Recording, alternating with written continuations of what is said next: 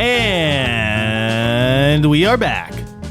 Couch Company Podcast. I'm John. With me, as always, Tyler. Hey, I think you might have messed up the music timing.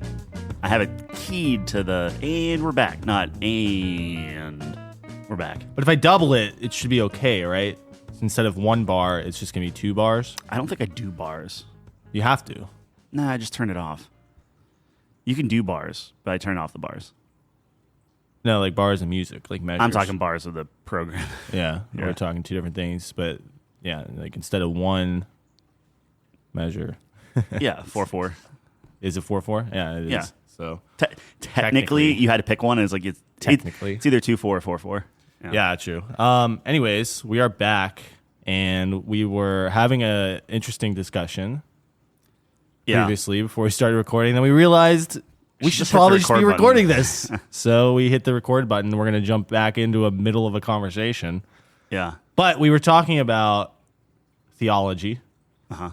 As we do. As we do. As a video game podcast. As a video game podcast. Christian Couch. We're bringing back the Christian Couch a little bit here.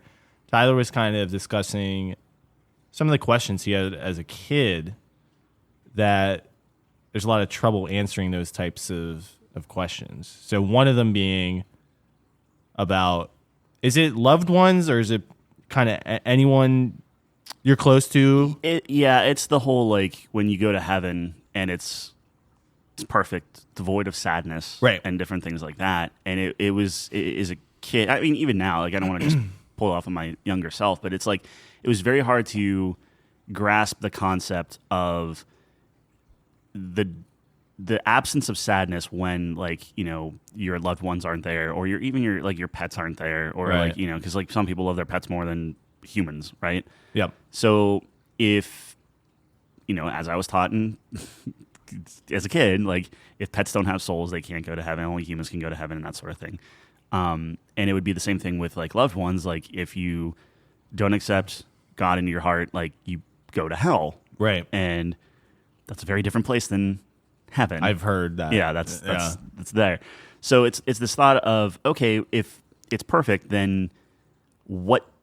Like, how can you comprehend that? Like, what is perfect then? Do you have these, like, versions of your loved ones there that you're just happy and everything's great and it doesn't, like, you're great, right? That can't be the case, because then it doesn't matter, right, about accepting, like, you know, trying to get your loved ones into heaven and you know, explain God to them and different things like that, right? But then the other thing would be like, okay, but then do you just not, like, are you transcendent and it doesn't matter, right? Like, so, like, is it it's so nice and so perfect that you just don't care about not having the other people with you?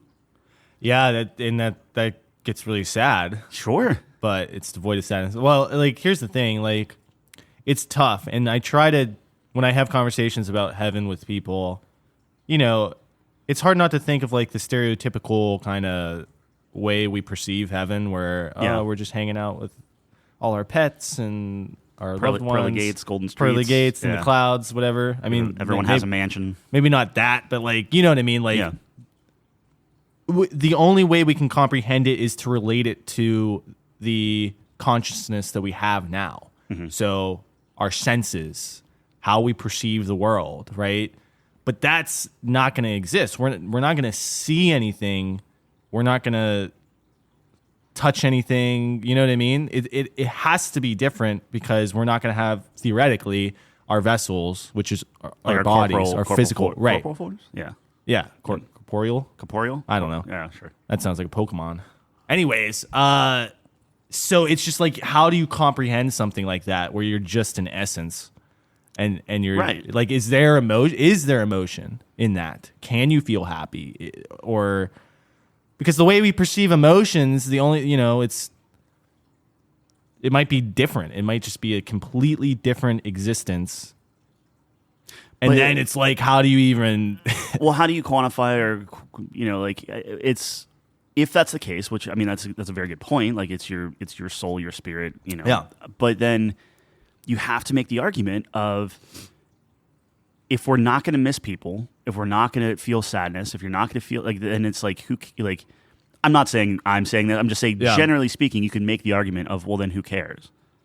I mean, wouldn't there be sadness? It's there. It's a perfect place. You can't have sadness then. I don't know if that's true. Sadness makes something not perfect. Yeah, that's the. I mean, Because like if you're you think sad, about you're life, sadness is a really important part of life. Let me look, because there's like a Bible verse kind of pingponging around my head that Okay. I think speaks to that. But I wonder if like the different versions, there's obviously a ton of versions of the Bible, right? Yeah. And I wonder if that impacts a lot of different things too. Like, can you get a lot of different? yeah, well, so here's the thing. Like, so Revelation 21:3-4. Heaven will be a place of joy, not pain. He will wipe away every tear from their eyes, and death shall be no more. Neither shall there be mourning, nor crying, nor pain anymore, for the former things have passed away. So Okay. yeah, if you want to nitpick it or try to like pain. yeah, go in there, sure. Yeah, it's tough. But I mean, right? Like, because I thought, I mean, I don't know. I'm not an expert on this stuff, so grain of salt, obviously. But I thought that God had the capability of being sad for people. Because, like, think about it. Like, we're all his children, right? Uh-huh. And if you're a parent, it's feasible that your kid could turn from you, hate you, Yeah. and that feels bad, I would imagine. I would So expect that. Like, yeah. and that happens. So it's like, but I mean, obviously God is supposed to be just transcendent above everything, but one would think, because he's a very caring creator, Yeah.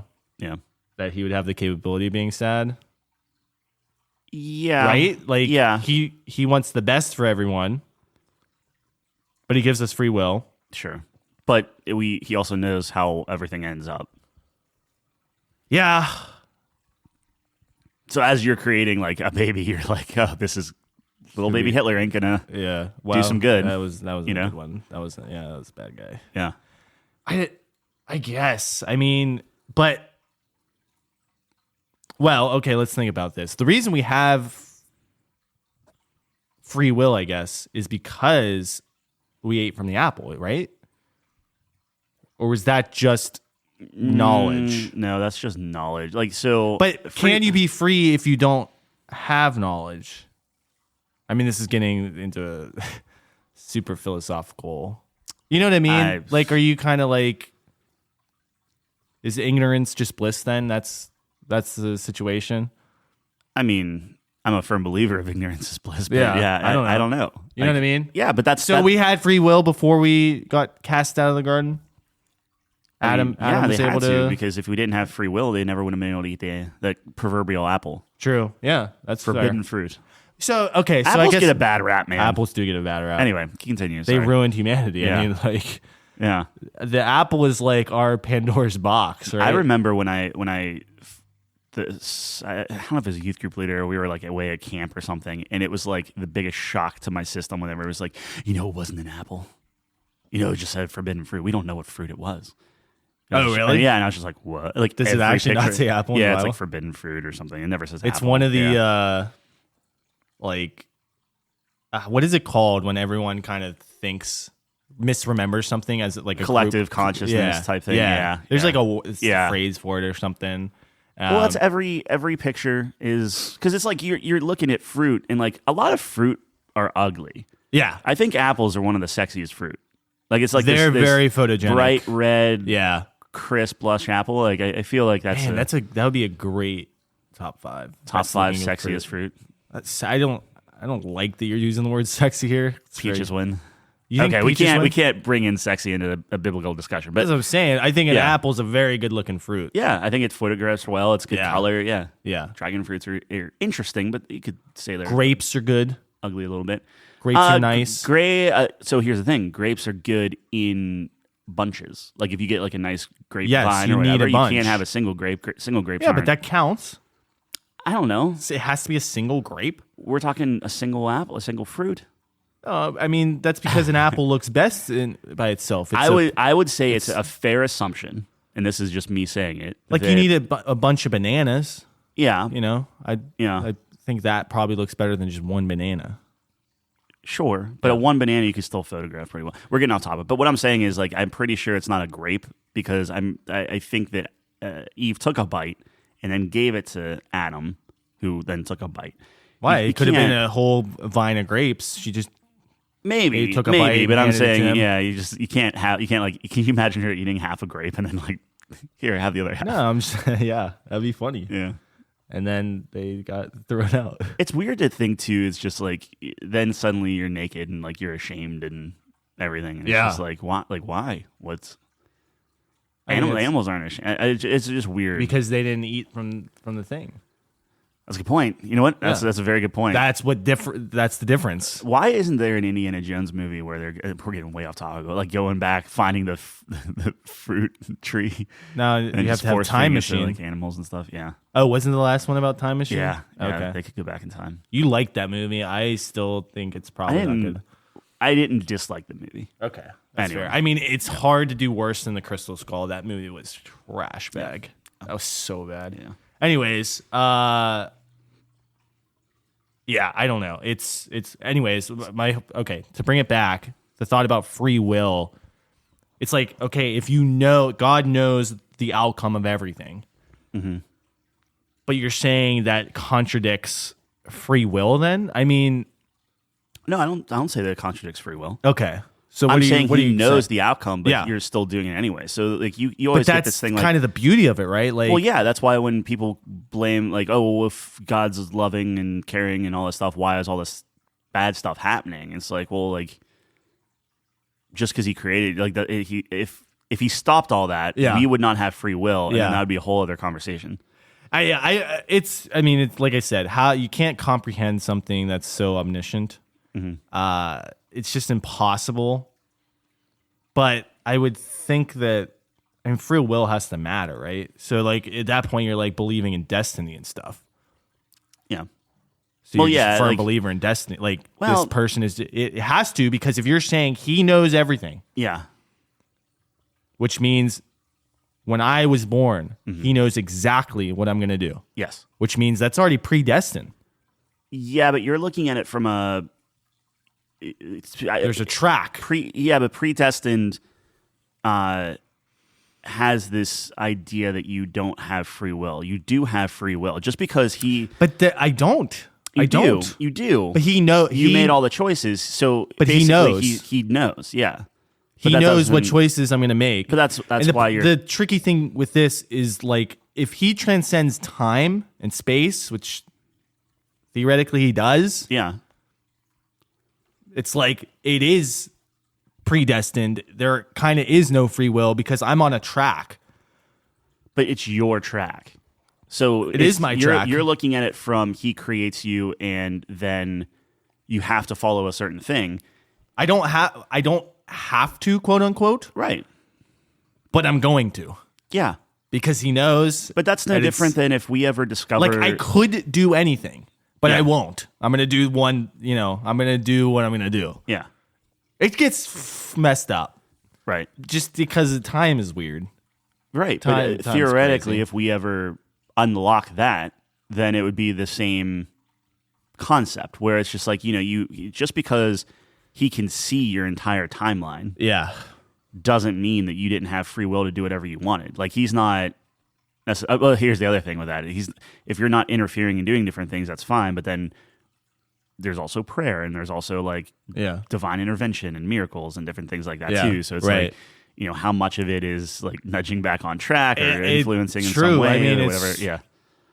There's a lot of questions, but then this is the thing: is like whenever you ask that as a kid, and then like adults don't want to have that conversation with kids, right? Because like you're not going to have a theological debate with a child, right? So I think that's part of it. And then you mentioned that I had two things. The second one was a little bit darker in that like we were, and I said indoctrinated. That's a negative connotation, but when you're talking about like high level like theological, like you are bringing Jesus into your heart for ever to be saved after death. Yeah.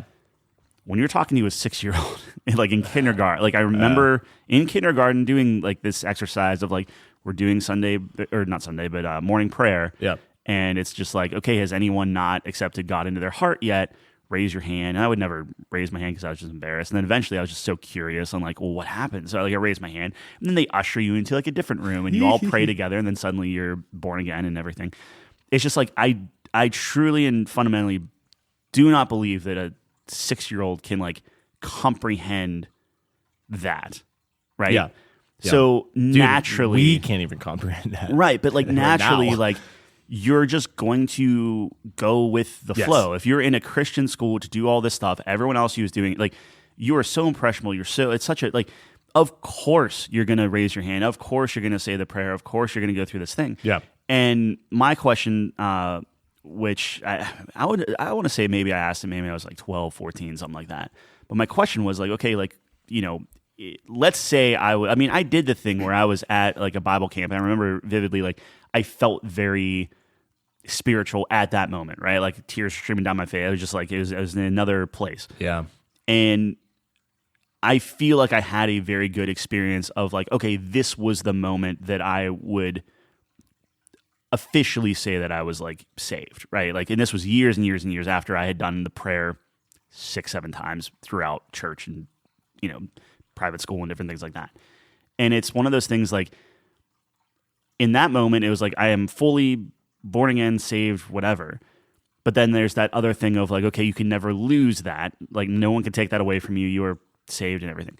But like, you know, 20 years go by and like, let's say I get like bitter, upset or whatever, and I just start like denouncing it. And I'm just like, I want no part of that. Or you just start doing just the like horrible thing, you know, like my question to the youth pastor at that time was like, what happens? Right. Can you become unsaved? Because like you're telling me I can't, but then you're saying that like you can just go on like a murder rampage and just say I want to go to hell. I don't want to be whatever. And it's like none of that matters. And it's like it's just hard to comprehend to me. I don't know. I didn't learn that though. It didn't really come up. I guess I wasn't as inquisitive as you, but like it never came up as like they never told me like, oh, you're locked in when you're saved. Yeah. Unless I missed that part. But like think about it. Satan was an angel. Yeah. So you can fall, apparently, right? Well, angels are different than humans. They're more they should be more locked in. No, right. Probably, but what right? I'm saying is like, but that was the whole point is like, yeah, you have the fallen angels, but then that's something different than humans in our track. Like angels and humans are very different. I understand that, but you would think if an angel who's supposed to be a servant of God or an agent or whatever, Yeah. can, you know, what's it called? What I'm saying is like I was kind of Then taught a that there are different then a rules. person could, I would say. Well, you're 100% right. Like that seems like a logical. It seems very logical. Yes, but They didn't say that. You should have brought up the not a Satan thing. argument. I should have brought up the Satan argument. Little Tyler. Well, it terrified me, and the answer, and I don't want to like butcher it, but like the answer that I was given was essentially like, well, if you're worried about that, you don't have to be worried about it.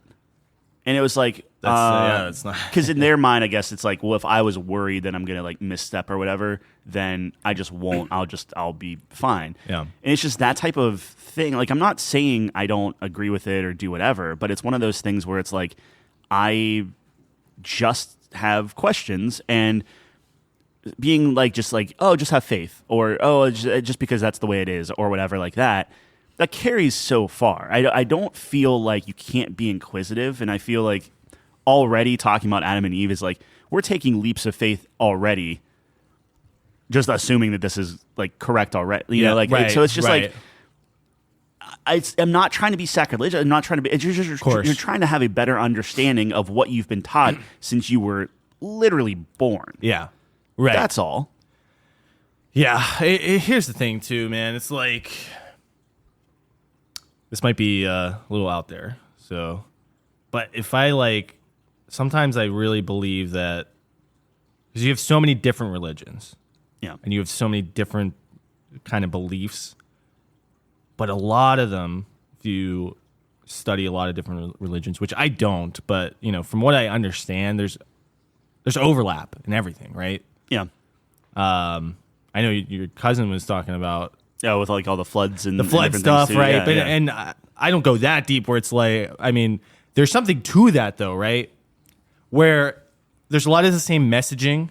There's a lot of the same like understanding of like this is good, this is evil, things of that nature, right? Mm-hmm. So my thought is there's a truth out there, right? There's like the truth.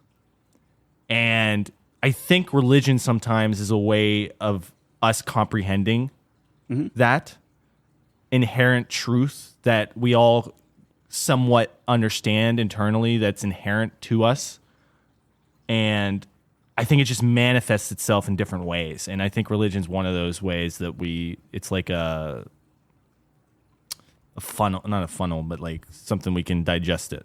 A funnel is a good analogy. Funnel? Yeah, because I mean, you're taking a lot of ideas and thoughts and yeah, whatever, and we're putting you're it into focusing it into like a prism type. Because it's so overwhelming. Yeah, but then there's a lot of holes in the theory too. So it's it's not that Well, like the other thing that always kind of got to me was like like we have what we consider like the Bible, the thing that we are reading is a complete work, but right. Like, there's so many other books that were written that were like deemed like not part of the Bible. So it's like it's a lot of these things where we're never taught that, and maybe it's just we get back to the whole knowledge debate of like, okay, well, like I'm not saying that the Bible's false by any stretch and anything like that, but it's just like, why were we never shown the other stuff that was like written and like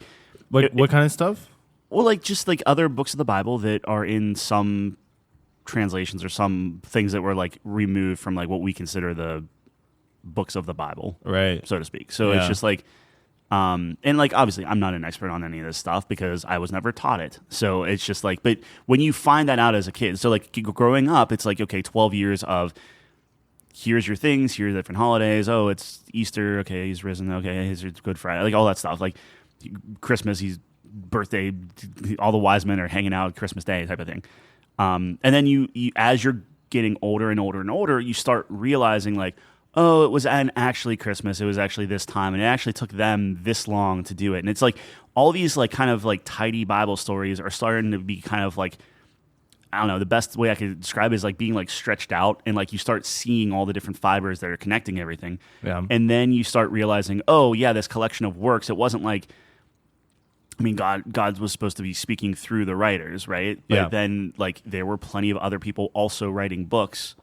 Yeah. So it's just like, okay, but then you also have like the church picking and choosing, and then like how many TikToks are talking about like, well, yeah, this is actually what it says, but if you go back to the original translation, this word is only used 3 times, blah, blah, blah, blah. And like, I've had a quarter every time I heard that stuff. It's just like, there are so many not opposing views, but like contextual things that I think are personally fascinating. And I don't know if it's just like Sunday school is afraid that if those were like made more well known or whatever, that suddenly you're gonna start having people like question things and do different stuff, and it's just simpler to keep it like. Yeah, I don't think the church, think knowledge is necessarily bad, right? But I don't know. Well, the church has a dark past, right? Sure, and there has to be tampering that's happened throughout the ages. I mean. Because, I mean, like, humans are just, that's what happens. There's always going to be corruption. Right. And you're going to lose, things are going to be lost in translation. And what I mean by, well, literally lost in translation. Kind of like, because, like, what we were saying with, like, if it's the word of God. Yeah. That's a comprehension thing again. Like, you're going to miss something. You know what I mean? But so literally that, but also lost in translation, meaning, like, maybe they cut things. Maybe like the argument you were talking about. I don't know if we were recording for this, but like with homosexuality, where it used to be very black and white in terms of like this is a sin, don't do it. Yeah. But now, like you were saying, I guess Gen Z and stuff. Yeah, one study was like 20% are non-binary or relate to that in some form or fashion. Right. So like the population is more gravitating towards that more. Mm-hmm. There's actually an issue where it's like, nobody's going to go to church. Yeah, you're losing your congregation. Right. Yeah. So it's like, and you're saying there's been an adjustment. Slight, yeah. Where it's like maybe they don't say it's good, but they don't talk about it. Maybe they just redact it. Yeah. And that's kind of what I'm thinking throughout history. There's got to be cases of this where they have to adjust because they want to survive. Mm-hmm. Yeah. But, and again, like we were talking about before, to me, I take a very personal approach to religion and spirit. I don't necessarily like the church as much or organized religion because I really do think like the bigger you get, and community is good. Like the community is good. Sure. Having a community. So I don't want people to think that I'm not about that. If you like going to church, I think that can be really great. But I just think if you start having hierarchies, like you see this in the Catholic Church. You start having, the larger the organization is, I just think it breeds corruption, bunch of, bad things. And I just think there's so much more potential if you have that personal relationship with God. You can really sort things out on your own and almost tailor it in a way where it makes more sense to you. Right? Yeah. I mean, especially when you're like, people like to nitpick the detail, and I know I was just talking about all these little details of questions and different things like that, but like, it's also, we're like, even because you were talking you're Protestant, right? Or yeah, so from that ish. Presbyterian, I grew Presbyterian, up. Yeah, right. Which is Protestant. Yeah, of course. Sorry. Yeah. And like I said, like my home church was non-denominational, probably more Baptist leaning, whatever. But it's one of those things, like even within that, it's splinter, where it's like, we're still coming from like the bigger, and we just keep getting like whittled down. So we all came from Catholicism. But it's like splintered off, right? And then you have so to think that our tiny little splinter of a larger thing is like the actual quote unquote, like how you were talking, like the single truth of that. Yeah, more or less is how I was taught and raised, and it's like this small view of what religion is the true thing, right? And I can understand even like the big kind of the larger points of like, okay, Jesus is the way, the truth, and the life. No one comes to the Father but like it's all the other little things of like, okay, well, God, they made the world in 7 days, right? Yeah. It's like, okay, was it 7 days, or was it like actual literal days, or was it like 24 hours? Yeah, or was it millions of years, and to him it was, whatever. Like that kind of thinking of like what purpose is that to debate or to figure out or to do different things. Same thing with like Revelation and like, does the rapture happen before or after? Like people that are currently saved, are they going to be through? But like, do they get pulled up before like Armageddon, or do everyone live through it and then everyone gets like little details of like, even within my own church, people had arguments on or disagreements on or different things like that. So it's just like there's still questions. And I just think that eliminating the debate, not even a debate, but like the discussion, or just like, oh, hey, look, there's these written words of blah, blah, blah, blah, blah, that might give more context of X, Y, Z, like, to just completely pretend those never exist, never tell anyone that they exist. When I say everyone, I'm talking like, I went to church and a Christian school, like never heard of any of that stuff. Yeah. It just seems like it's too neat in a society, and like humans, like you were talking, like where it's like, it's a very dark past. Like we humans are, by scripture, inherently evil. Yeah. Right. And the only way to like save our selves is through God. So it's like, if we already know that we're kind of set up to fail, so to speak, I don't know. I think it's worth having, like, just to talk through stuff, and like to think that that's taboo, or to feel somehow guilty just even asking a question, to me puts a bad taste in my mouth for something where it's like, okay, so you have to tell me something, I have to believe you 100% completely, even though I would argue every other religion is the exact same way of, oh no, we have the truth. Right. That's just wild to me. But I don't know. No, it should be encouraged, right? Discussion should be encouraged, and no matter what aspect it is, especially in something as important as trying to understand and figure out what your soul eternity. Like these insane, huge questions. So I don't like that aspect of it as well. Like where you were saying before, just have faith, just And I'm not obviously faith plays an important point. Like, but there's a difference between having blind faith and being inquisitive and curious. Like there's room for both, right? And I don't think one should inhibit the other. Especially when you really think about it, as like, before they broke off from Catholic Church, like that had to be inquisitive, right? Like that had to be like, wait 100%. A minute, I don't necessarily agree with that. Yeah. Splinter. Yep. And then splinter and splinter. Like, but then again, we come from a splinter of a splinter of a splinter. So it's like, that's fine.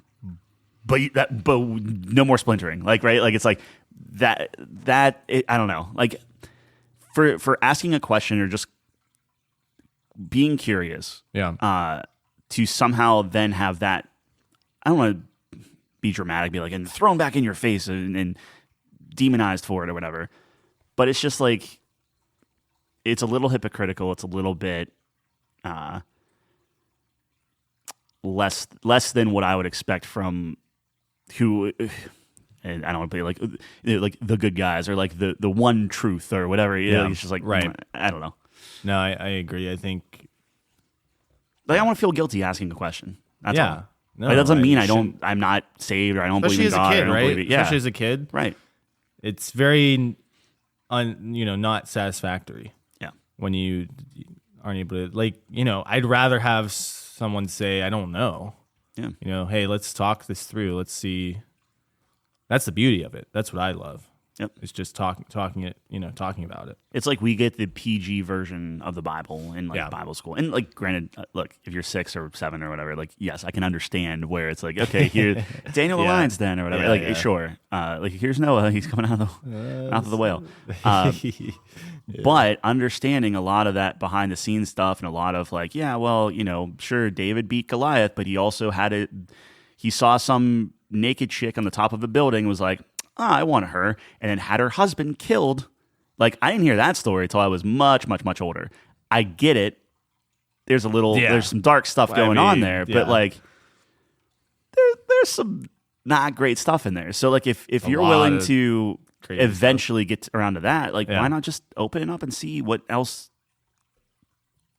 there is? I'm not saying like go shopping around for a religion, even though I do believe that everyone has to make that choice for themselves. Like, but I don't know. We don't have to keep talking about it. I'm just like, it's just interesting that everyone is so like wars are fought, everything, but it's just like nobody really knows. No. If you're being honest, nobody really knows. You have faith, which is completely fine and good, but you don't know. Like, we are being very, very judgmental and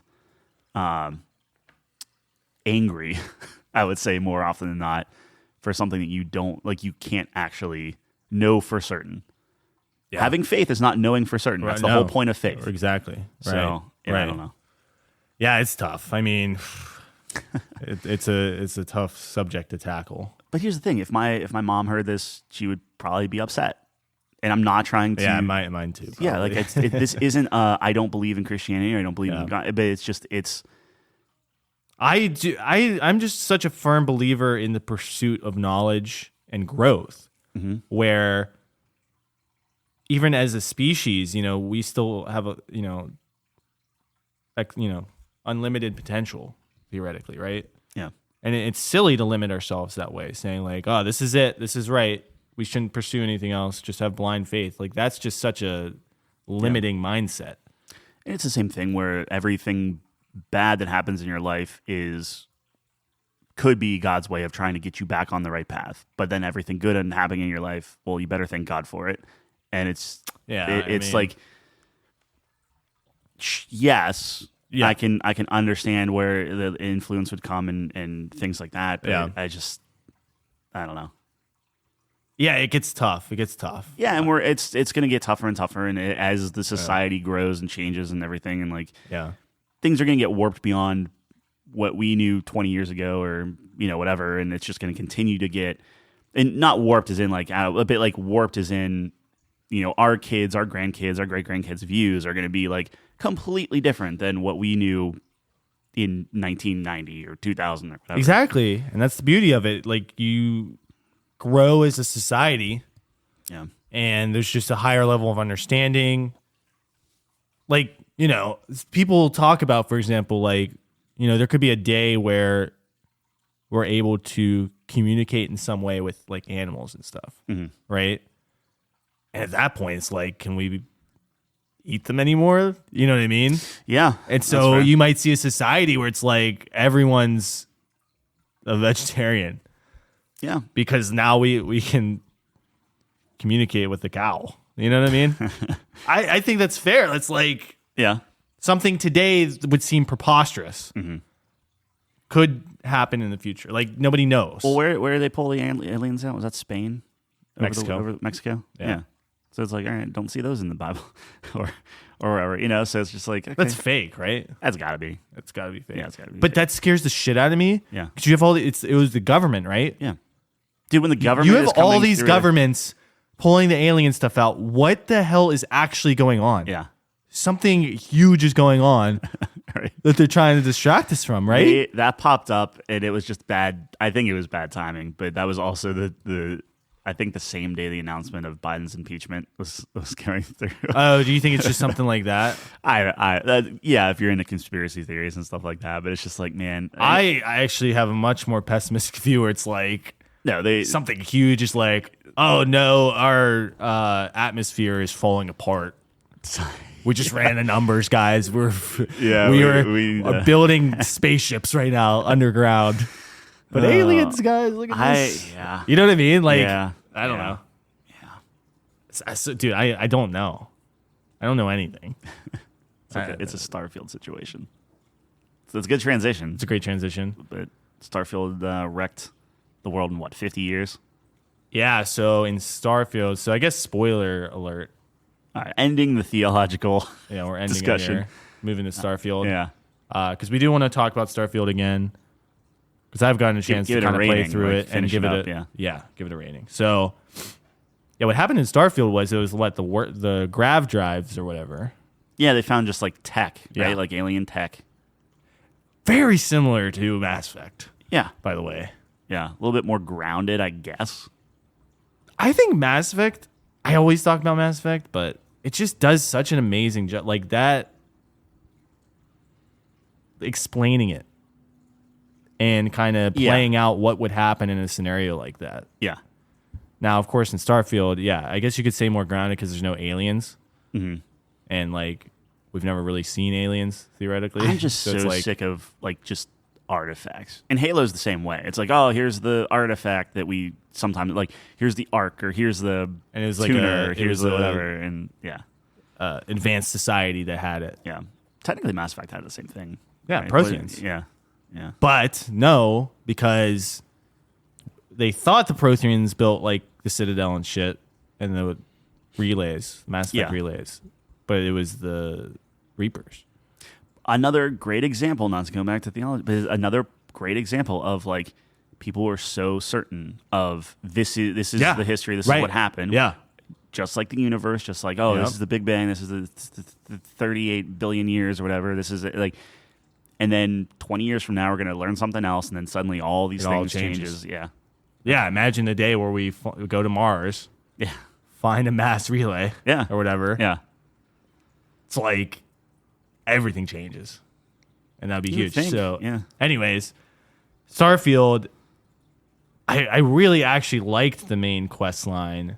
Now, I know, like, technically it was, not great. It's pretty boring. And the fact where, like, you just go here, get an artifact. Yeah. Rinse and repeat. But when they kind of, the Starborn show up, that's when it gets interesting.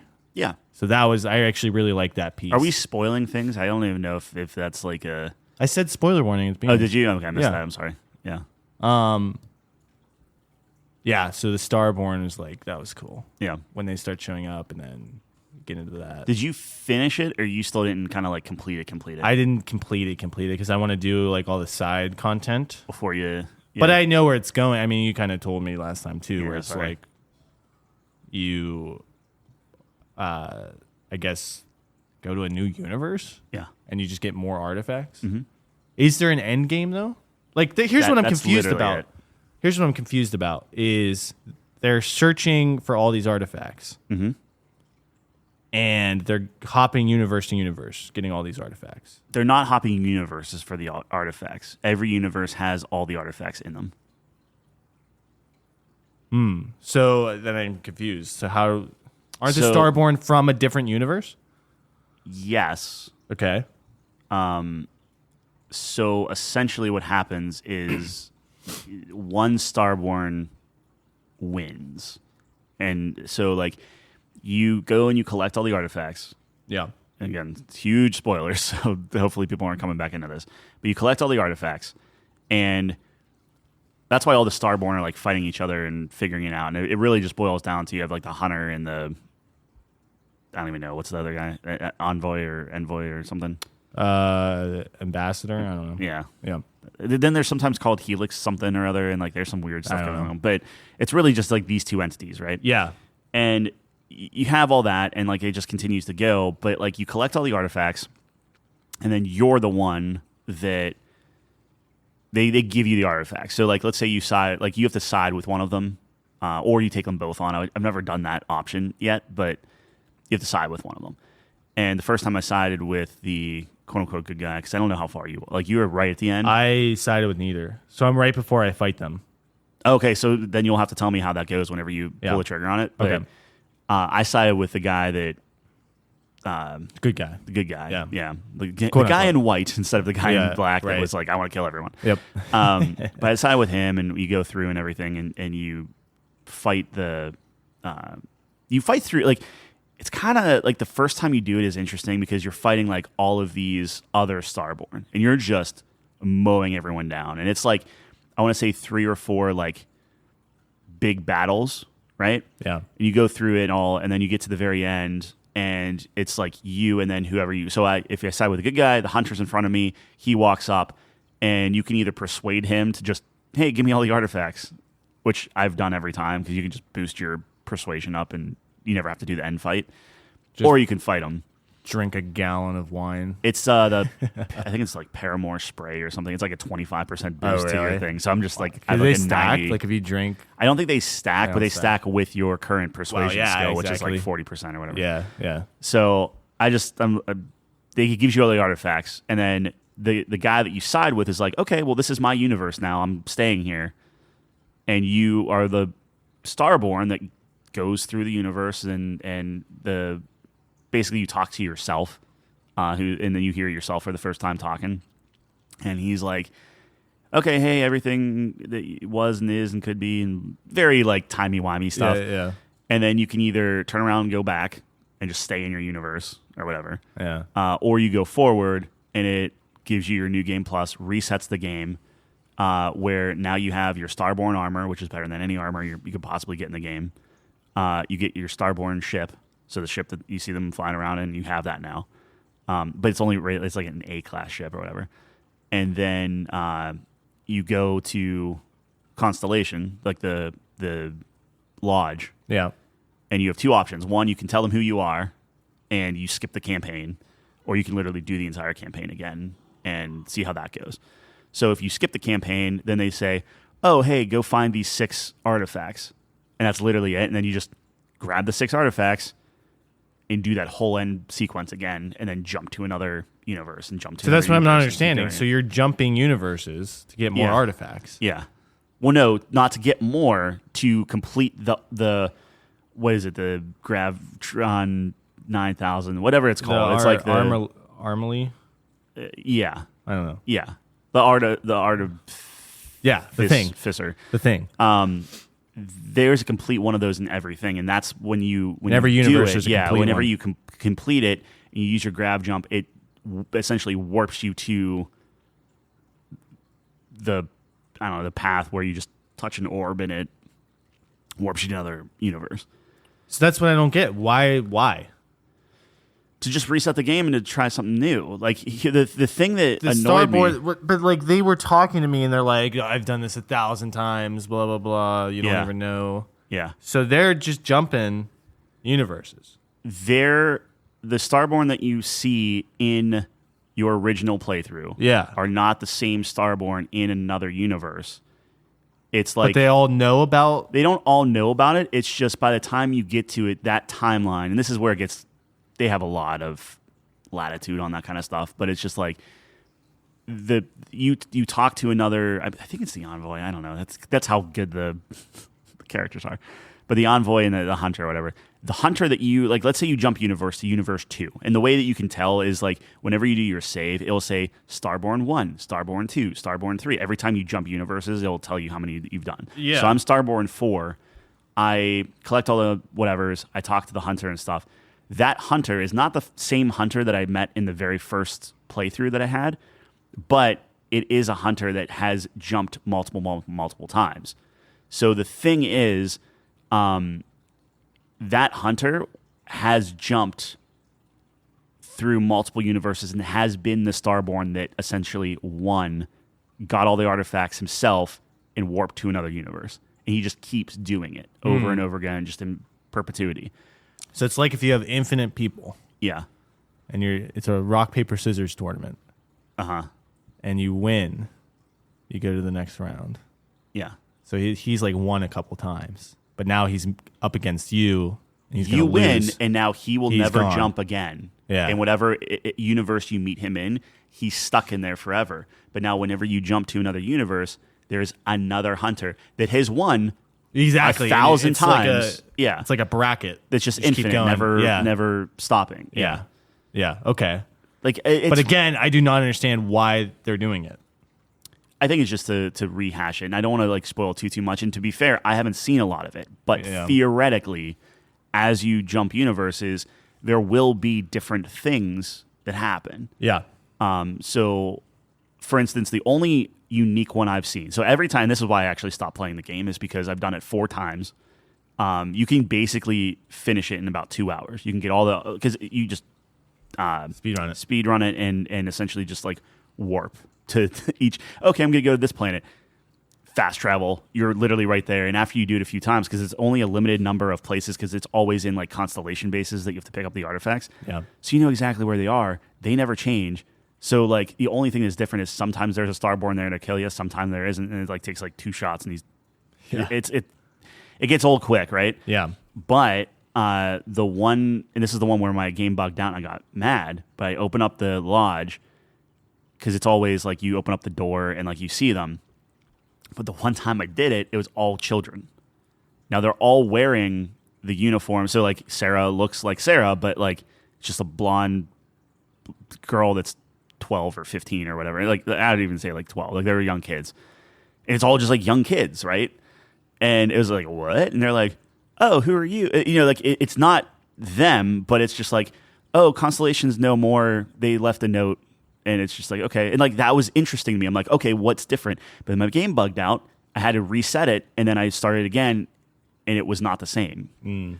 So like apparently there's that. Apparently there's one where Walter's like came up to them and was like super bloodthirsty, evil dude. There's one where Dreja or whatever hates you or something. It's just like there are a lot of like interesting things, but that's where it goes into the like the RNG part of it, where it's just like, you might get a cool universe. Like, that's enough to maybe, like, well, I kind of want to try it.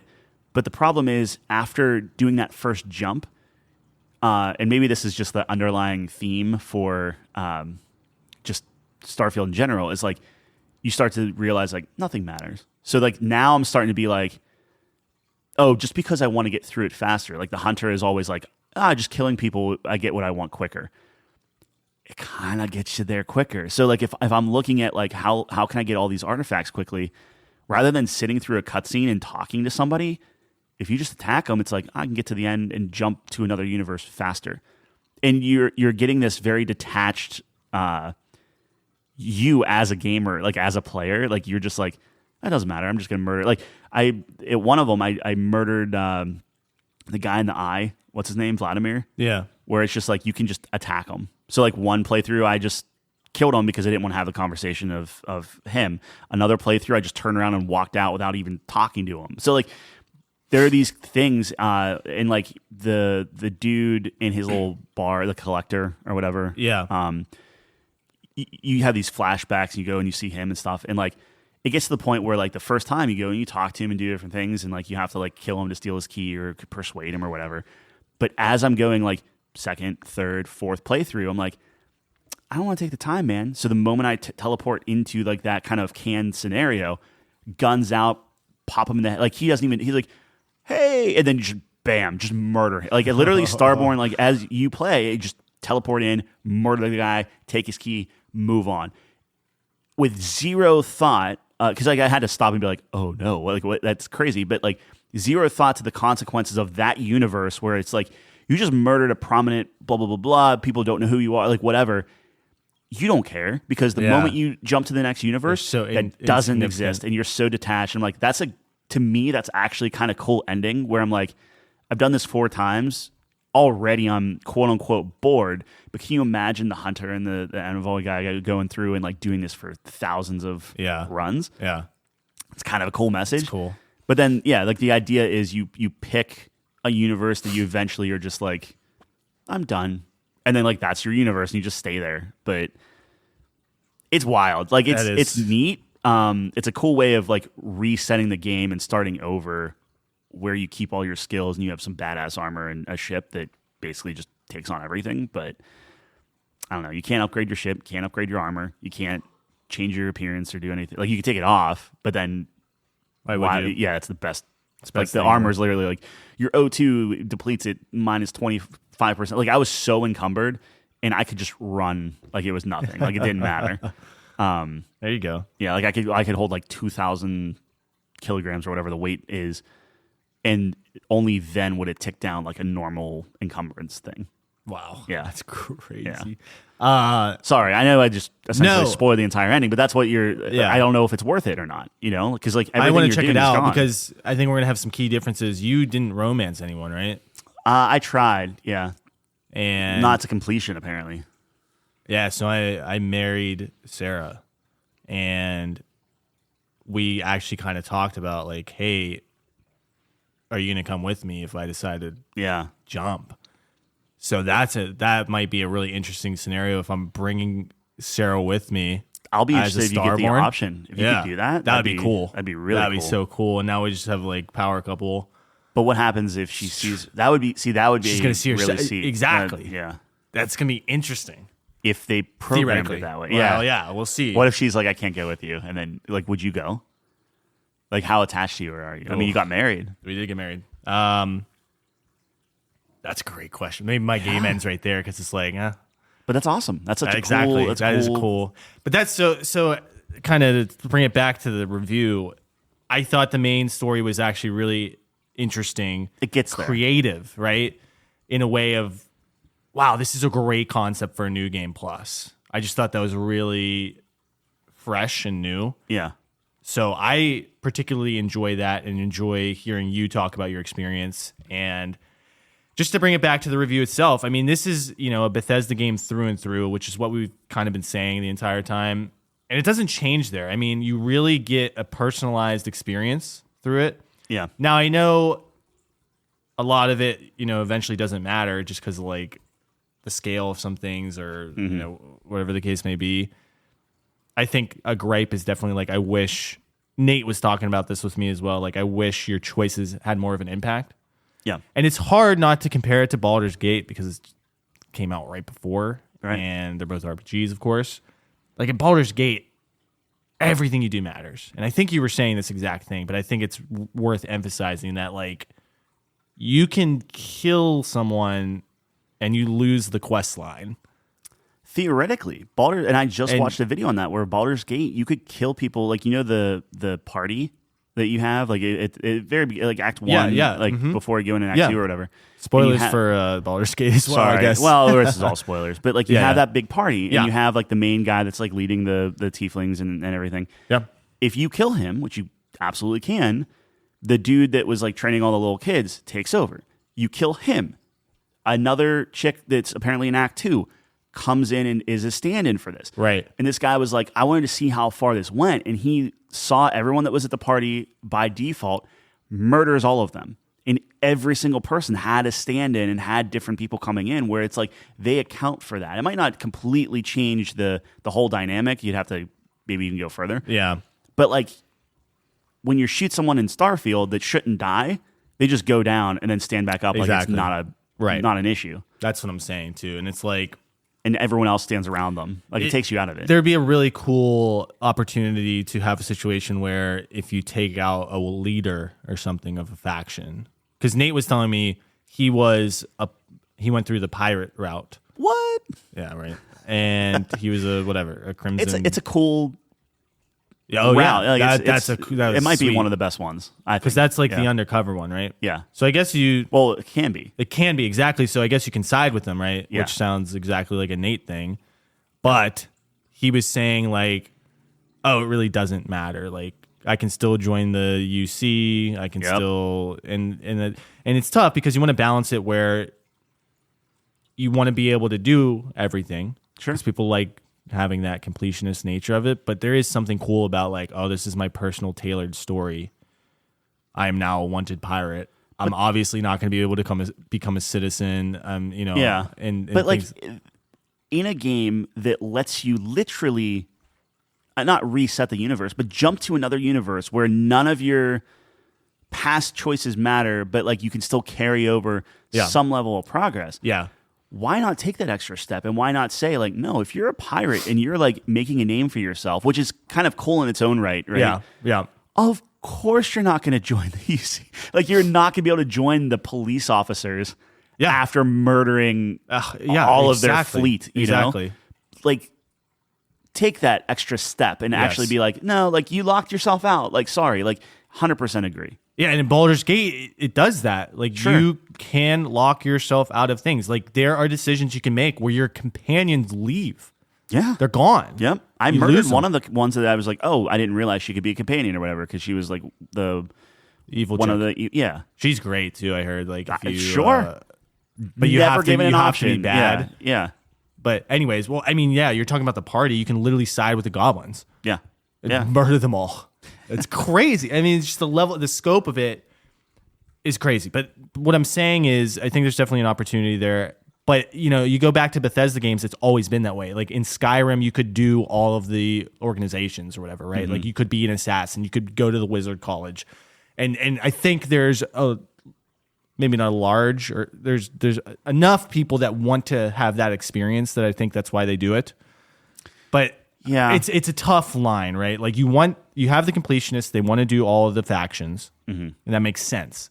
But I just think because I talk about immersion and all of that, I think there's an opportunity there. Like now, my storyline is I'm a pirate. Now I'm wanted. Now I can't even step foot on New Atlantis. Yeah. Right? Yeah. And that becomes really fascinating to me. Or there's like some side quest that you have to take where it's like almost like was the Gray Fox or whatever from Oblivion. Is it Gray Fox? I don't remember. It's the mask you can put on. Yeah. Do whatever you want. Right. And then it's like, okay, but then as soon as you take it off, you're fine. Yeah, right? yeah, exactly. It could be something along those lines where like maybe it is like, okay, you're a disguised pirate, you're doing all that stuff, but then like as long as you don't use like the ship that you murdered everyone with, or as long as you don't, like there are ways around it where like, you can still lead a double life. You get a middle ground. But that's another level of gameplay where it's like you have to be real careful because if you forget and like go into a space with like your ship or whatever, of course the entire place is going to try, like you can't land there. Yeah.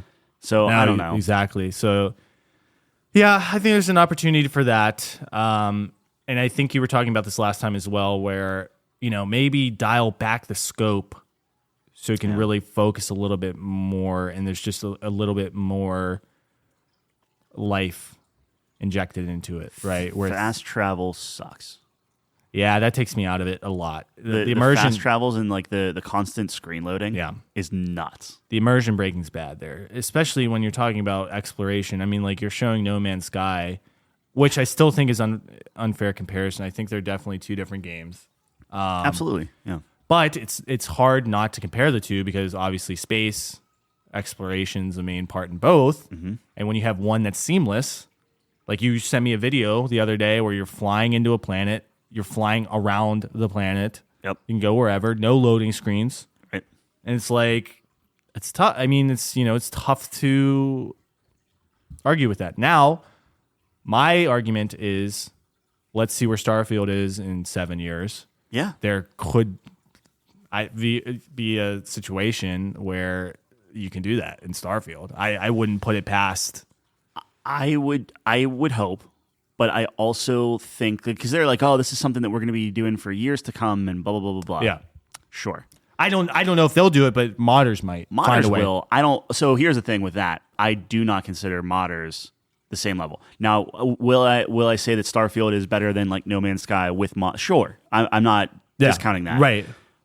But to be fair, you have to take the mods out of Starfield and see what the actual development team is putting into that versus what the development team for No Man's Sky put into it. Again, apples and oranges, not a fair comparison. I completely agree with you. But like when the mods that are coming out are like, hey, you know that stupid, annoying like loading screen where every time you dock, you have to watch this like 30-second cutscene over and over and over. It's like, that's gone. You don't have to worry about that. Or it's faster or whatever. Or the menus don't have an animation every time that they do it. I wish like you could have the loading screens, but I wish it was just maybe like a better cutscene, I guess. Something. Right? Something. Anything. Like just... Because you know what I hate is like every time I take off, it's like, oh, I see my ship taking off. Yeah. And it's like, well, why can't I just still be in first person and do that and have a loading screen, right?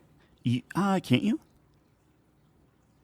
No, it always like it always out. Whenever you go into it first. I don't know. You and might then, have like to when I switch it. like when I fast travel, I don't know. I just think there's a better way to do it than just a loading screen. 1,000%. Right? Like but something. There's a loading screen. So like whenever you go into there's a million spaceports in No Man's Sky. Yeah.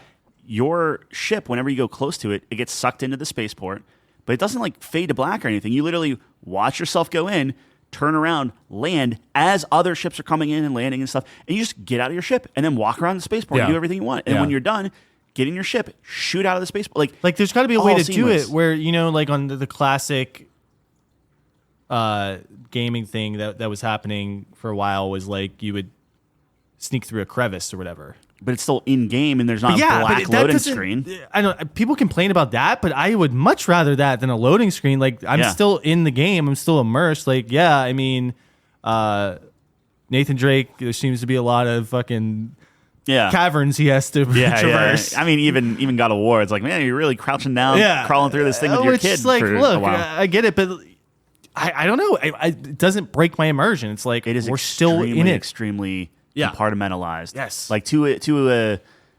staggering degree. Yeah. Even within the city is a stagger. Like at least Skyrim, it's like you open a door a lot of the time. Now they had that as well. Yeah. But like loading times were much, much faster. Like it's just it's a second too long. It's like that's wild. And then the fact that they come out and they're like, oh, these are the things that we want to patch in, and it's like FOV slider. Yeah. DLSS. A freaking name a game in recent memory that the very first thing it tells you to do is like adjust the brightness. Yeah, and this game doesn't have a contrast adjuster. Yeah. Yeah. And like it's legitimately like this is the only game I can think of that specifically looks worse on an OLED panel. Like that's insane to me. Yeah. That's insane. Yeah. No, it's fair. There's no black. There is not a black where the pixel is off. It is literally just this washed out gray green. Every time it fades out, it's literally just a gray screen. Yeah. And that's me being all like hoity-toity with that kind of stuff. I think that's fair. I mean, that should be a standard feature that is with launch. I mean, it's pretty unheard of, especially like a first-person game not having the adjuster. Right. Like people were saying, I was getting dizzy or motion sickness because I couldn't adjust. Yep. You know what I mean? So it's like it'd be the same thing with motion blur. I told you that. Right. Like that's not me just being like, oh, it becomes an accessibility issue at that point. Yep. So yeah, that's wild. So yeah, I mean, the game has a lot of faults. I mean, we've talked through a lot of them. I do think it has a lot of great things in it. It's a classic Bethesda experience, and like I was talking about with you, you can really craft your own story. There's so many different things you can just do in the game. Nate was showing me the ship that he built. It was so awesome. It's like triple decker, like this whole starship. He's like, oh, this is the mess hall. This is where we sleep. And it was so cool and intricate. You have all the factions. You have the outpost building. I've seen some really cool outposts that people have built where they're connecting networks and they're just have a million people. It's like they have a whole organization set up, which is just super awesome. So there are just a lot of, I think, cool features in the game, and you can really just go as crazy as you want with a lot of them, which is a lot of fun. You can focus on the story if you want, and that's the beauty of Bethesda games. You know, especially in this one where you have various different systems and kind of like mini games, I guess, or whatever. What would you call that? Like features, whatever. Yeah, like gameplay mechanics. Yeah, mechanics. Yeah. So there's something for everyone. Is kind of what I'm trying to say. So like me, for example, I haven't gotten into like the customization stuff. I'm more of a story guy, right? So I really enjoy doing the factions and meeting the characters and all of that stuff. And I've been having a lot of fun with that. And I think you can craft your person really well. I think the RPG elements in that sense are really well done. Are you getting more like are you trying to branch out your skills, or are you just kind of like I had to branch out, but it was I started very much, I was a diplomat background. I was a persuasion person. Yeah, you can remove those. Yeah. I have empath. You can remove it. Yeah. You go to the doctors and he's like, yeah, there's a pill I can take to make you a shitty fucking uncaring person. I was like, wow, that's wild. Yeah. I thought that was a clever touch to be able to at least still change. Like you can really change your entire thing, your entire character at that point. Yeah. I also recommend the best one I took was the parents. So awesome. They're super cool, and they will come visit you at the lodge. Sometimes when you're just exploring the universe. I don't think you can get rid of those though, right? Yes, you can. Can you? Yep. You can get rid of parents? Yep. You say I don't know how it functions, but you can say I can't, because the downside to parents is you have to send them money every week. Which, by the way, my dad's a professor and my mom's I feel like you got the wrong end of the deal. They are well off. Yeah. They are well off. They have a nice apartment. I'm like, dude, you don't need my money. That's crazy. Yeah. They have like pensions. I'm like, dude, what is happening? Anyways, I was like, guys, I have a mortgage. I can't. It's not a lot of money, but it's like 2%. I don't know. It's all right. I'm like kicking them 500 credits a week or whatever. But they're so cool and supportive, and they'll show up at times. They'll give you gifts and they'll talk through like things that you're going through, and it's really cool. It's like, oh, dude, I just we saw you on the news talking down a bank robber or something. Yeah. And then you're talking about their dad. They're like freaking out. They're like, "Oh my god!" It's like, I don't know. It's cute and nice. I will say the one downside with that, I was super disappointed, is I got married and they weren't there.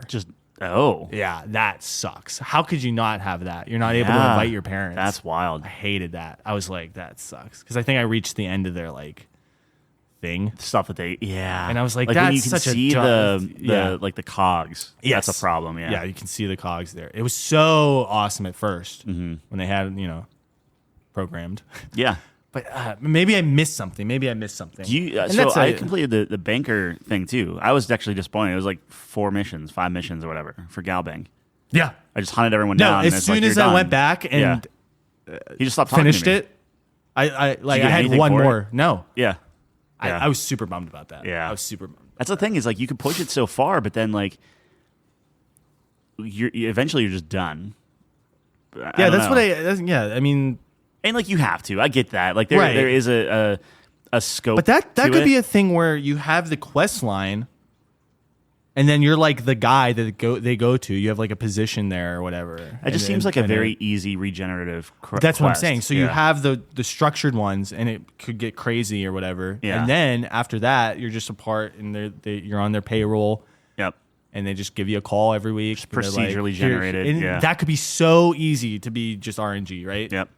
I don't know. Missed opportunity there. Well, they did some good stuff too. Where like did you do the distress call yet for like somebody was like, "Oh, the post is getting overrun by outlaws or whatever."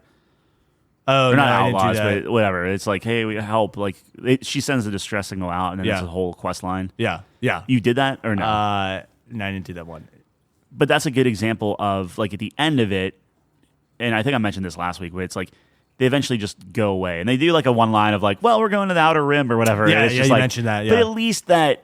Closure. Yeah, it's Closure. not just then, "Hey, dude, remember this crazy thing that happened to us?" And you're like, "Hi," and then just like nothing. Yeah, Like it's just like nothing. there's no additional thing. Yep.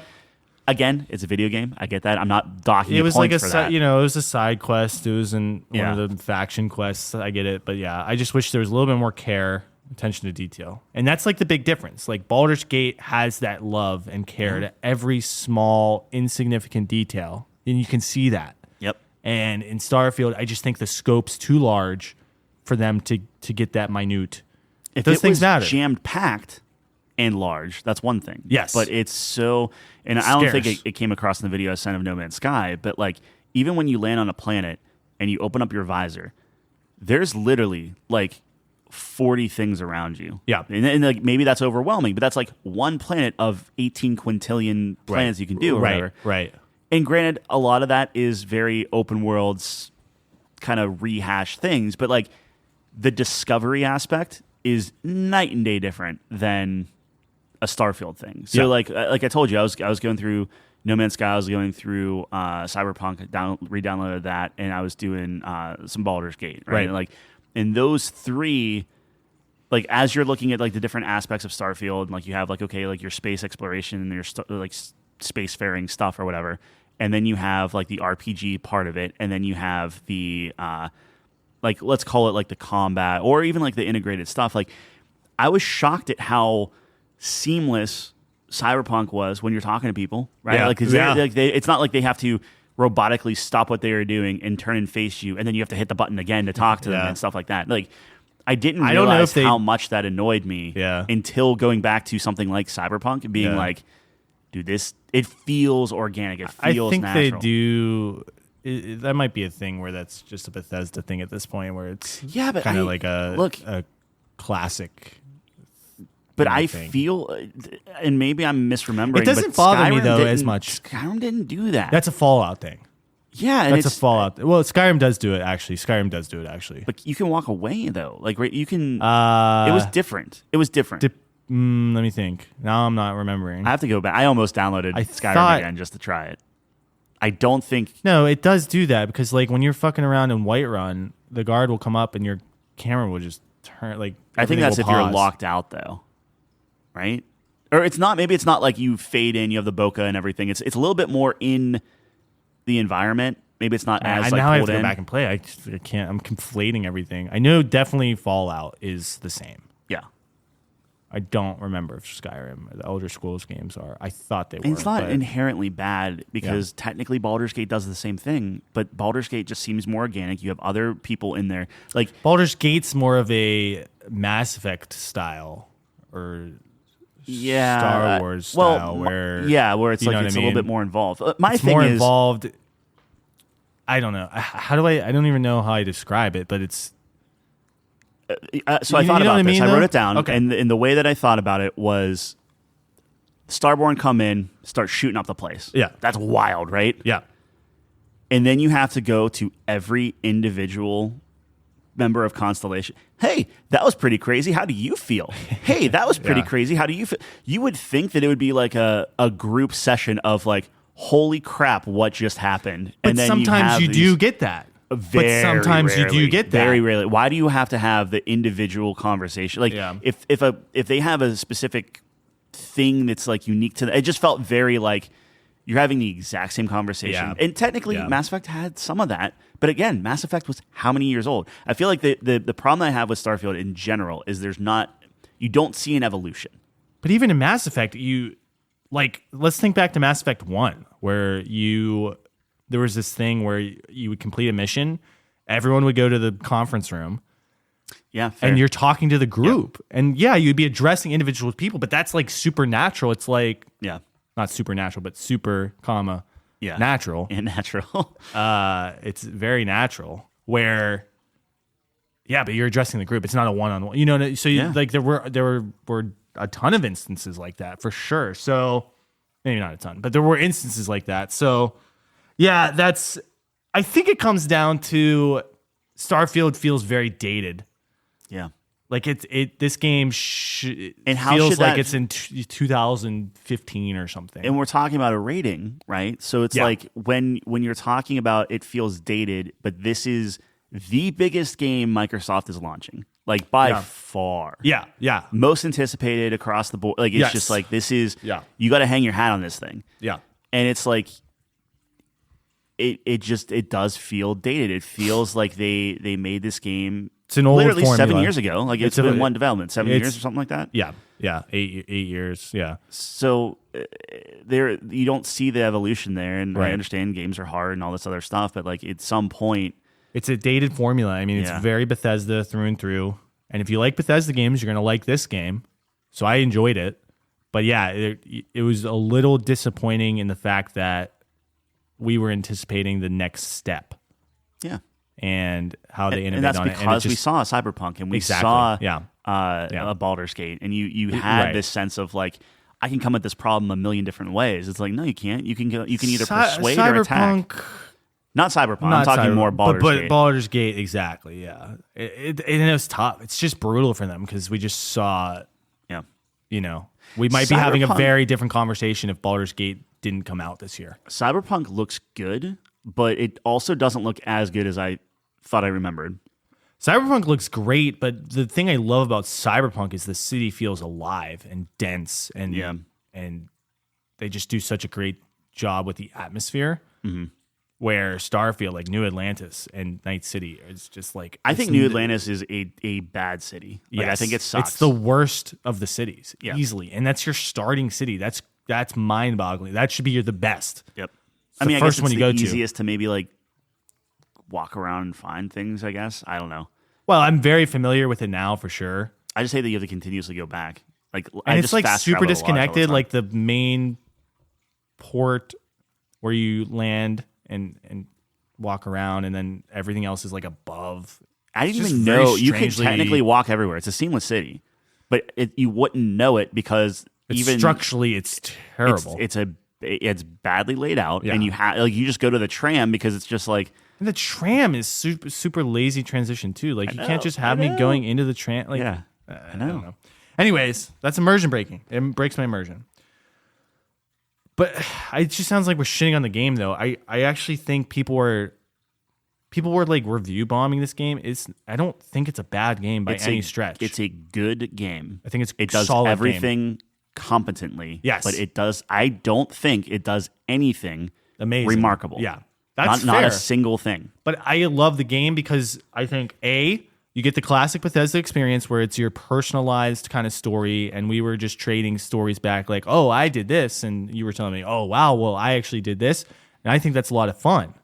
And I'm telling you about like, oh, these are the traits I picked, and here's how it, and even today we were talking about some things where it's like, oh, yeah, I did this thing, and oh, mine might be different because, whatever. So I love that. That's great. I do think there are a ton of mechanics in the game where anyone can have fun. Like there's going to be people that just want to explore, scan planets, just super chill, mine materials, whatever. There's going to be people that want to play the story like me. There's going to be people that spend hours in the spaceship. So I just think that's a great thing to have where you're very versatile. It took me 35 levels though to get to be where like stealth is a viable and fun experience. I actually watched a video yesterday where this dude was like, is this game Dishonored 2? And he had like max stealth and stuff, and he's just eviscerated. And it's cool. And it's cool. So cool. He's going invisible. But that takes a long time to get to. Yeah. No, I think the progression is rough, and we talked about this last week as well, where you can't fly certain ships, but you need a certain ship to beat the game, and it's like so. Then at the end, it's either you lucked out, or now you're just grinding. You don't even get a stealth bar until you put it into stealth. Yeah, the jump pack is essential, and you don't get that to start. In stealth, you have to attack people to get it. Well, we talked about that too, and so some of that stuff. But I do think this game's good. I think it's a solid game. least buggy Bethesda game of all time. I still think that's wild. Like yes, it is, and I will say that wild isn't. You have to make that distinction. It's like, Bethesda games they're full of jank or whatever. It's like, yeah.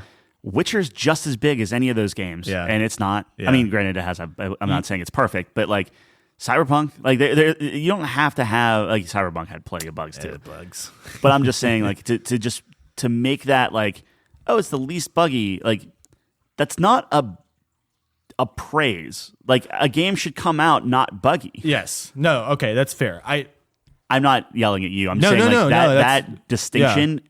Was on every single review. Every single one. Yeah, okay, maybe that's not a good way to phrase it. The game wasn't buggy for me. Largely. But once you start hopping universes, I just found more and more bugs, like for whatever reason, yeah. That's how Baldur's Gate was too. Like Act 1 was perfection. Yeah. And then you get to Act 3, hours to get to the next one. It's like the bugs started showing up and I was getting locked out of things. That sucks. Yeah. Yeah. It's just But they were very quick to patch a lot of that stuff. Yeah. And they're on what, patch 3, 4? I think 4 or 5 now. So, anyways, I digress. Should we get to a score? Should we score it? Yeah. What are you feeling? Okay, so and maybe this is a good opportunity to talk about our scoring structure. We haven't scored something in a while. Mm-hmm. So the way our rating system works is it's 0 through 100, but there's also different tiers. So if you go on our website, couchcompany.games. You'll see. I think we still have our list, right, of the games we reviewed. Yeah. So you'll see our list. So we'll have a number, and Tyler had a nice little drawing of coins. What do you call that? Like a image? Yeah, a graphic. Graphic. Thank you. Clip I couldn't art? think of the words. Just a little clip art. Is it clip art? No, Anyways, it's not clip art. I was like, hand on each of those, buddy. I was gonna say it's like yikes. Anyway, so there'll be a coin graphic and a color coded, which represents each of our tiers. So we have, I believe, what's the most bottom tier? Is it just nothing? I think it's iron. Iron. So it's iron, bronze, silver, gold, platinum, diamond. Yeah, is the highest. Yeah, diamond's like 100 out of 100. Which so we were kind of discussing, hey, maybe we should go into like what do the tiers represent? Now, initially, I think we landed on this because we tried to take a hybrid approach where you have a number score, so you're very concrete in where you think it is on the scale, but also I think you kind of run into this issue where it's like, oh, we gave this an 88 and you gave this an 87, and oh, you're saying this game's better than that game, and it kind of gets weird when you start doing those exact comparisons. So the tier kind of represents, any of these games, it's kind of interchangeable, and the tier represents like a certain status of the game where like, go ahead. Which we talked about that where it's like, I feel like we should maybe solidify what each of those mean, right? So like iron is like just not worth playing. Like it's bad. It's trash. Yeah. It either does not work. It's too many problems incapable. To save. Yeah, exactly. Right. It's dog shit. Okay. And then on the other end of the spectrum is diamond is perfect. Yeah. Now, will we ever give a perfect rating though? So what's our philosophy on that? What's your philosophy on that? Can any game get a perfect? Do you have any games that have a diamond status? Personally, like I would give, like if I had to give it, like obviously we were talking like, oh, your top games or whatever. Yeah. For me, it would be like Arkham City. I would give a diamond class 2. Now, again, when we say perfect, is it perfect? Like nothing can be perfect, right? So like you run into that thing. Yeah. But it's just like if you look at everything that comprises the game. Yeah. And you can't find a fault to it. Like you can nitpick out of I wish they brought in like for Arkham City. I wish Spider-Man was a guest character.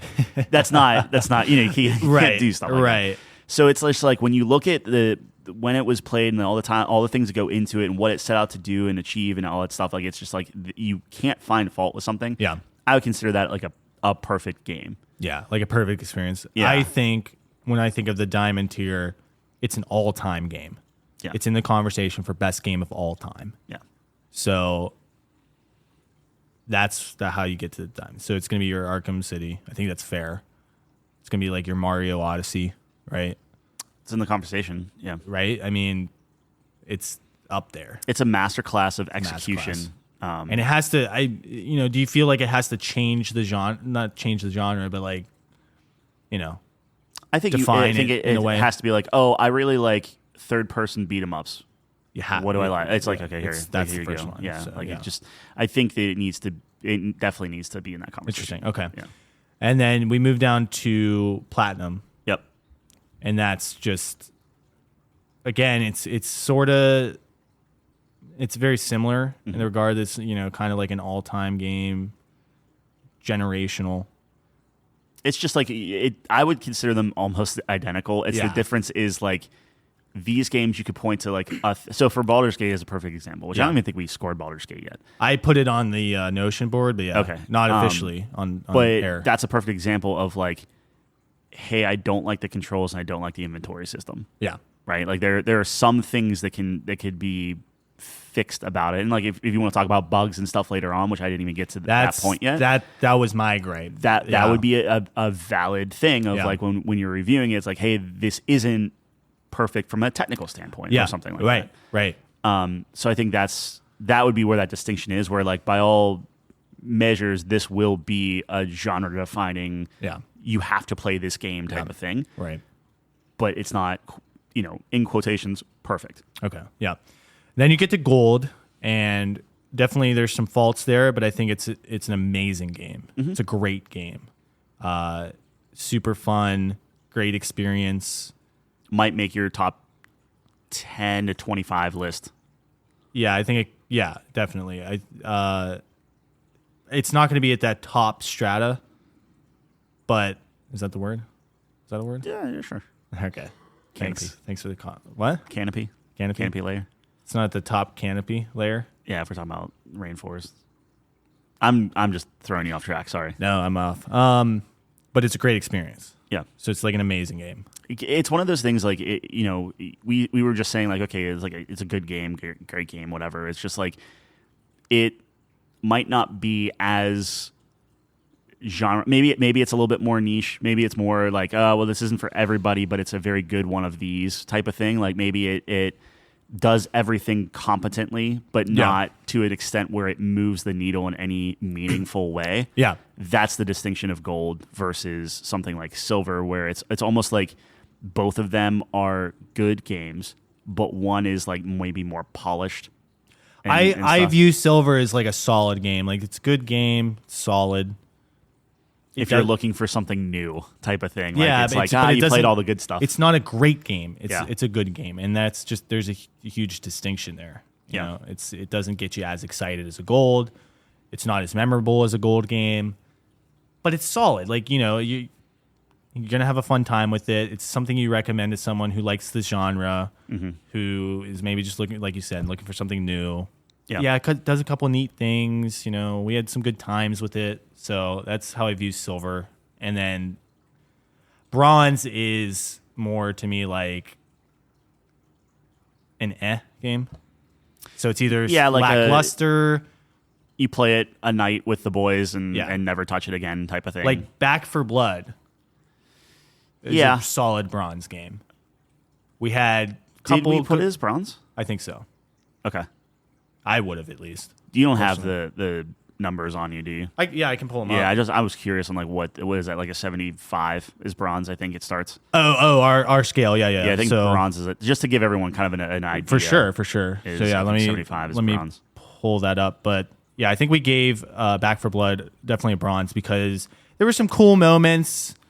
Top end Bronze. It's the best Bronze you can get before crossing into that. It fell apart really quick. We're like, didn't we play this level before? There's bugs going on. There's like, you remember that? Like we went back to the first level at the end of the game and we're like, it just cycles through. It's like it was falling apart. They reuse a lot of stuff. You could start seeing the shortcuts put on. You could start seeing the RNG on there. A lot of stuff. Anyways, all right.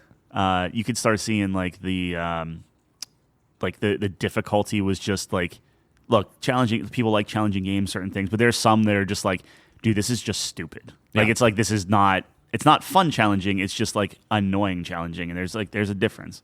Okay, so let's do this. So I'm going to give you the scale here. Yeah.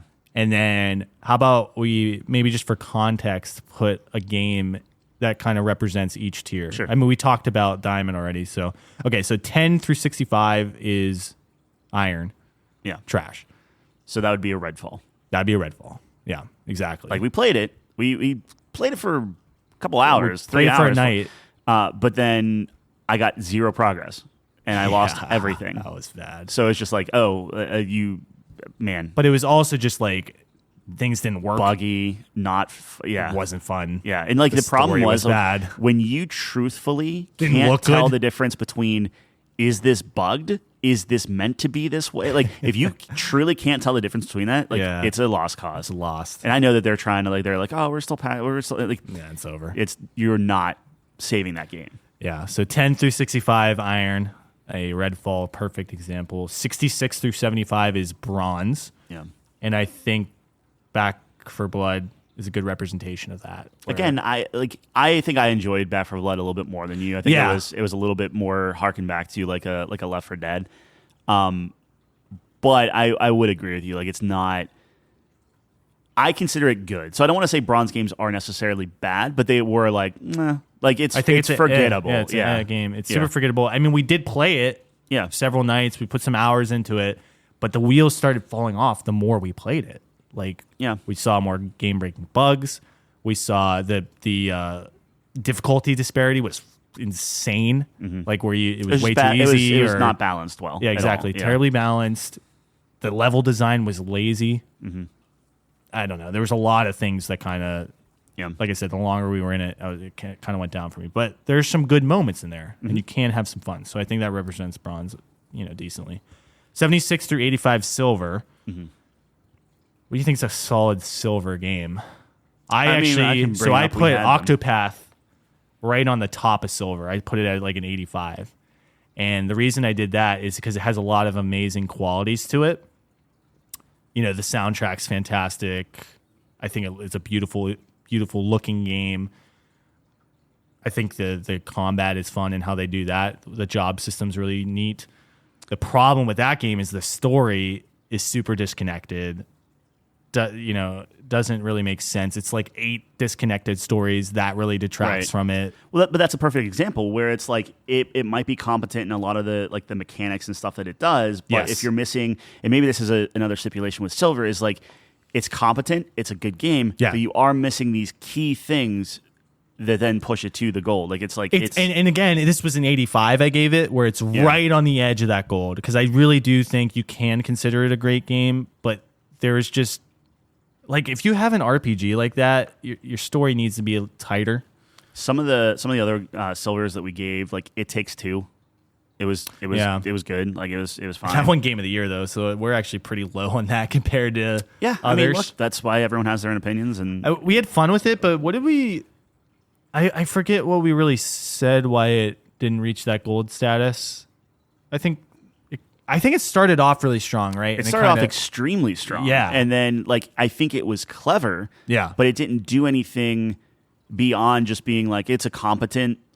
I think it fell off hard, and then the ending was like super kind of rushed, if I remember, and weird. To be fair, so like Back 4 Blood was 75, but like Left 4 Dead, we gave a 78, the original one.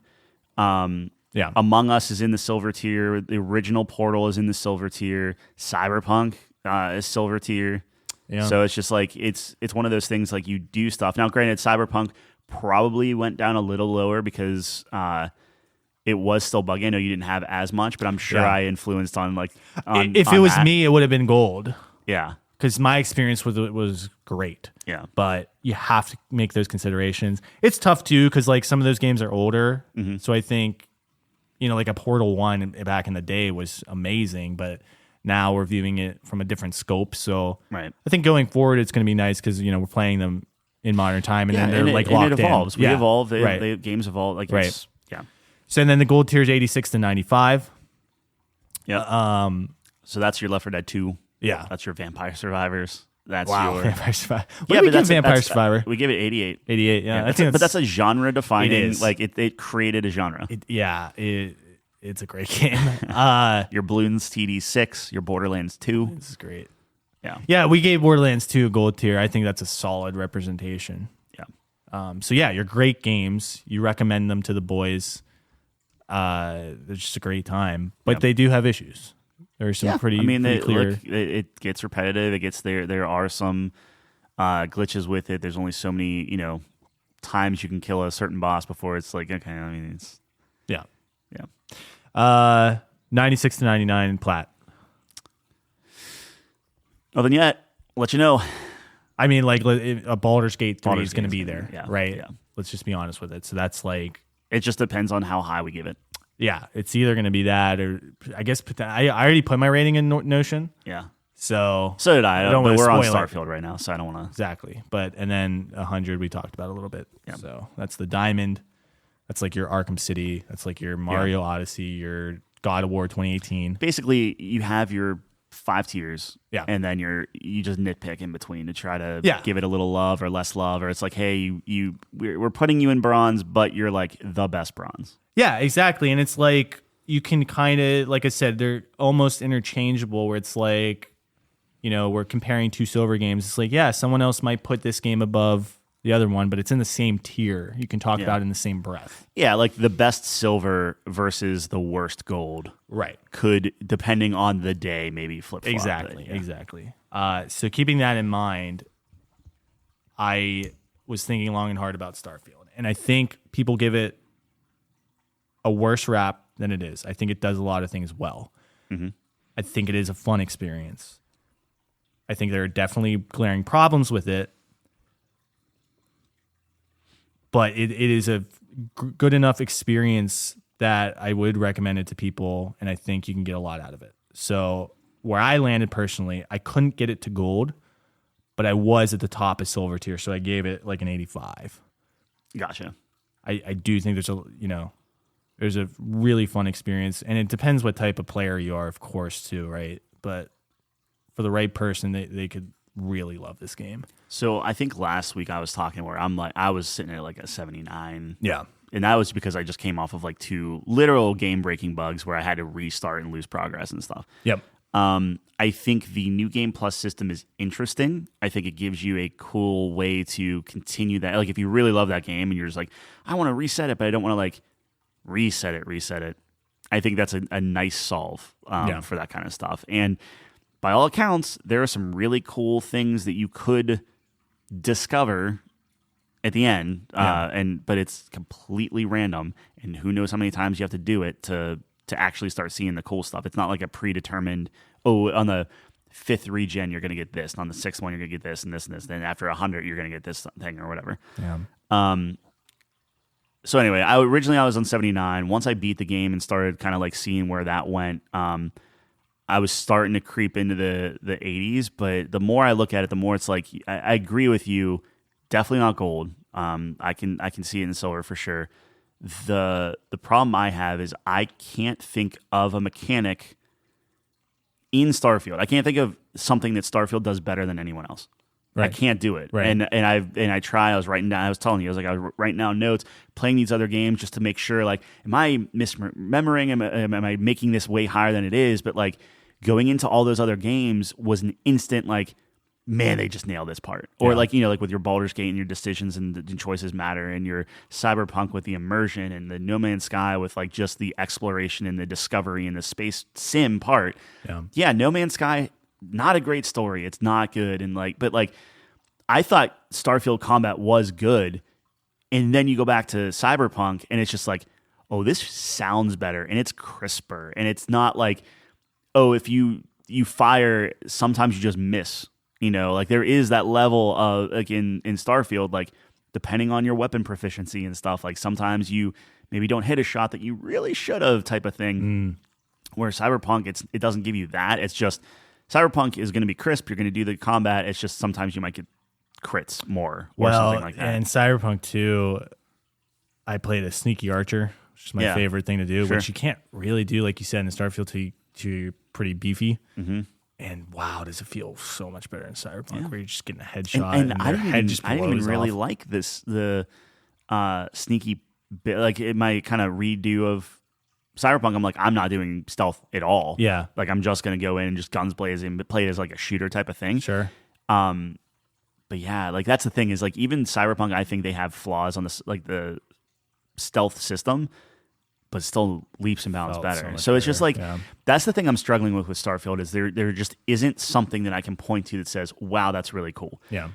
Well, I wouldn't say that. I think there are cool things. There are cool things, but they don't do anything remarkable enough to be like, this is better. Like, the space building, definitely better than No Man's Sky. Yep. The idea of like your house and your fleet and your flying and all that, like all that stuff just feels better. Right. And you keep it more connected. Like you have 18 quintillion planets. If you find a world that you really like, you can literally build a base wherever you want, put a teleporter on, and now you're instantly connected to all your other bases, however you want to do it. Like there are benefits there. So anyway, all that being said, I'm still pretty on the low, like I'm on like the 80 scale of it. So I know we have like a 5-point disparity there. That's in the middle of silver though. That's right in the middle. Yeah. And really it just comes down to like the cleverness of the campaign. Like I think the campaign got there. Like I would much rather have a campaign be a main campaign, be kind of boring up front, but then end really well than vice versa and can't stick the landing. Yep. I think it actually stuck the landing pretty well. Yeah. At least the first time you play it. Now, the problem is every time you jump, you have to go through that whole end sequence again the exact same way. So, like, I got to the point where, like, I was running through that thing in maybe, like, 90 minutes. Like, I could truck it. And the problem is every time you restart, you get a random weapon. So if you luck out and you get, like, I had one playthrough where I just started with a knife.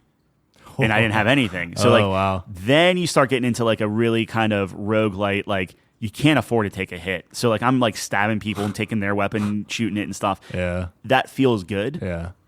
But also it's all RNG. Like it's not, right. you know. So anyway, for 5 points though. So I'm at 80, you're at 85. Yeah. One of the things too is like, are we considering mods at all?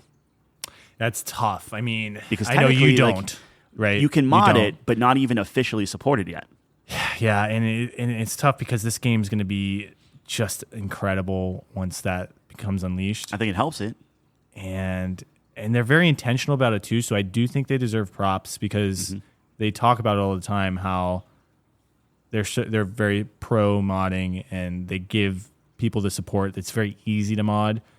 And I think that's to be commended. But that's not coming till next year. That's not coming till next year. Yeah. Right. So Here's my I wouldn't really, I don't know. I didn't play with mods either, so I guess my experience, how I'm going to rate it is without mods. Yeah, and I think that's fair. Yeah. But I just want to kind of voice it where it's like, oh, well, if you play it with mods, it's going to be so much better. Yeah. The problem that I have is all the mods I had and all the highest rated mods are to fix things of like this inventory system is much better. Yeah. All these boring animations where you have to hit the menu and it takes like 3 seconds just to get to where you can move. Yeah. Or, oh, you want to hold tab to go back, but you have to do it like twice a lot for some reason. Yeah.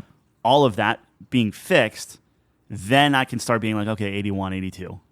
But it's crazy that those type of things where it's a slog is such an impact on the score.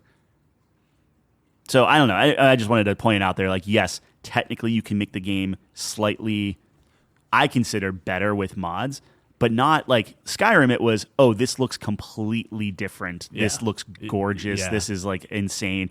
Oh, you have like a weather system where like now there's like a survival mechanic, which wasn't. But it'll get stuff. there. But it'll get there. 100%. Yeah. But what I'm saying is like what was the first week of Skyrim mod? I mean, you'd have to go back and see. That's what I'm saying. I think we romanticize that because we see where it's at now. I'm sure there was a lot of bug fixes. Really excited to where I think Starfield will be a solid gold tier game. Give it a couple years. Creative mods. I mean, I can't even fathom what they're going to do with it. I think there's just, and the potential is, because like it's like super empty, right? That's like one of the complaints. Yep. That can be fixed given enough time. My only counter to that is, yes, with mods, I don't think that Bethesda will get there. Right. I think the community could. And that's like kind of lazy on their part because they know people will do it for them. Oh, we don't need an FOV slider. Right. Mods will get there. Like, come on. Yeah, so Okay, so where did you end up officially?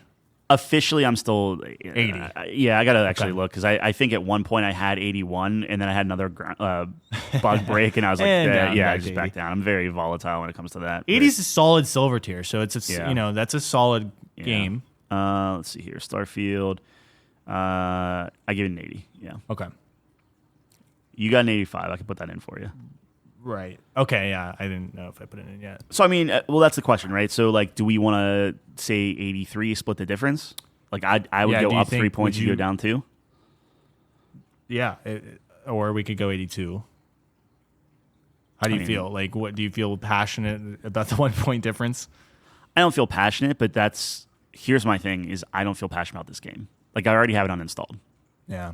Like, it was like, I put 50 hours into the game. Yeah. Do I think that it like valued my time as much? Like, if you go back, like you go through Neon City, you do all those things. Like, if you universe hop, are you ever going to want to go around and give all the vendors flyers again? Are you going to want to go around? And maybe that's not fair, but like, it's just like, even at the end of like, okay, here's this new game plus this aha moment. It's like, yeah, but I don't want to go get this girl a coffee, or I don't want to go get this woman like get her stuff out of Impound or whatever. It's just like I don't know. It's just like it's fine. No, I'm with you.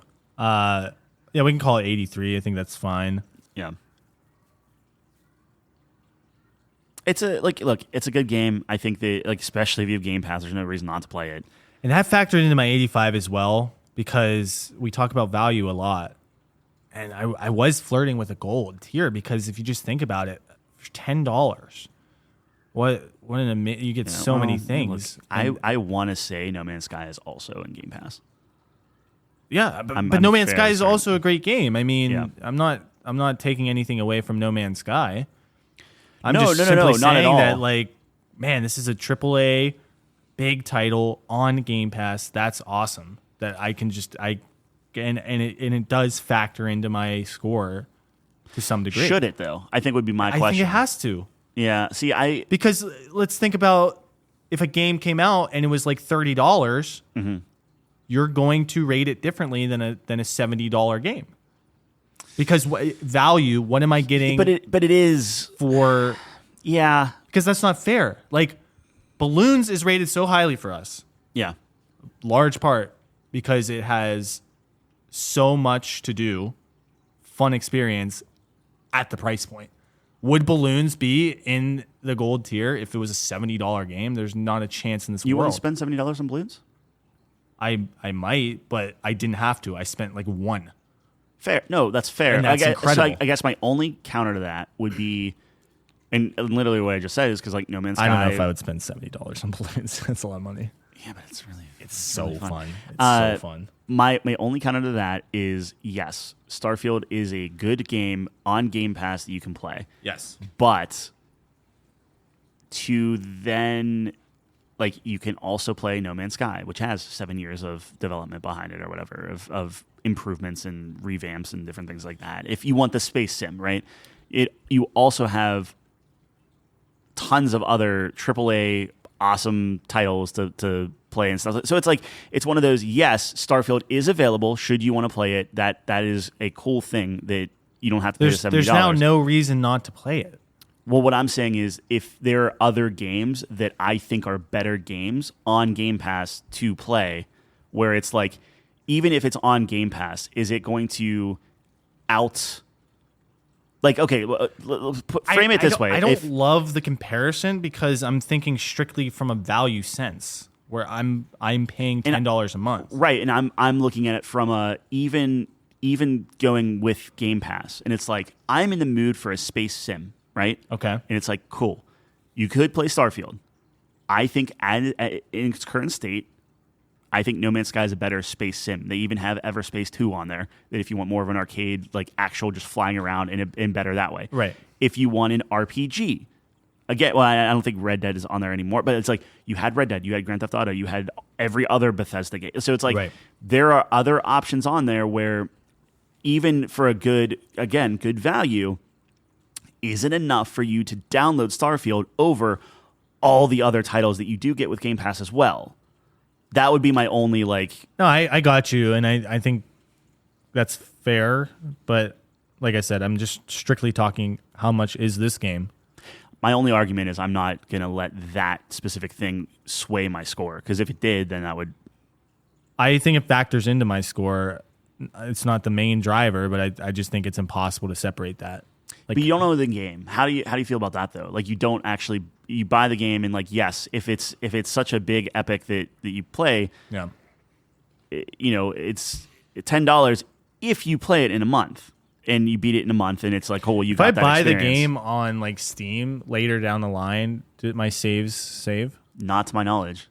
Yeah. Now, I'm not saying there's not a way to like grab it over. and port it over, Yeah. maybe, because it. But if I buy it on Xbox, obviously it will. Yeah, cloud save saves. Right.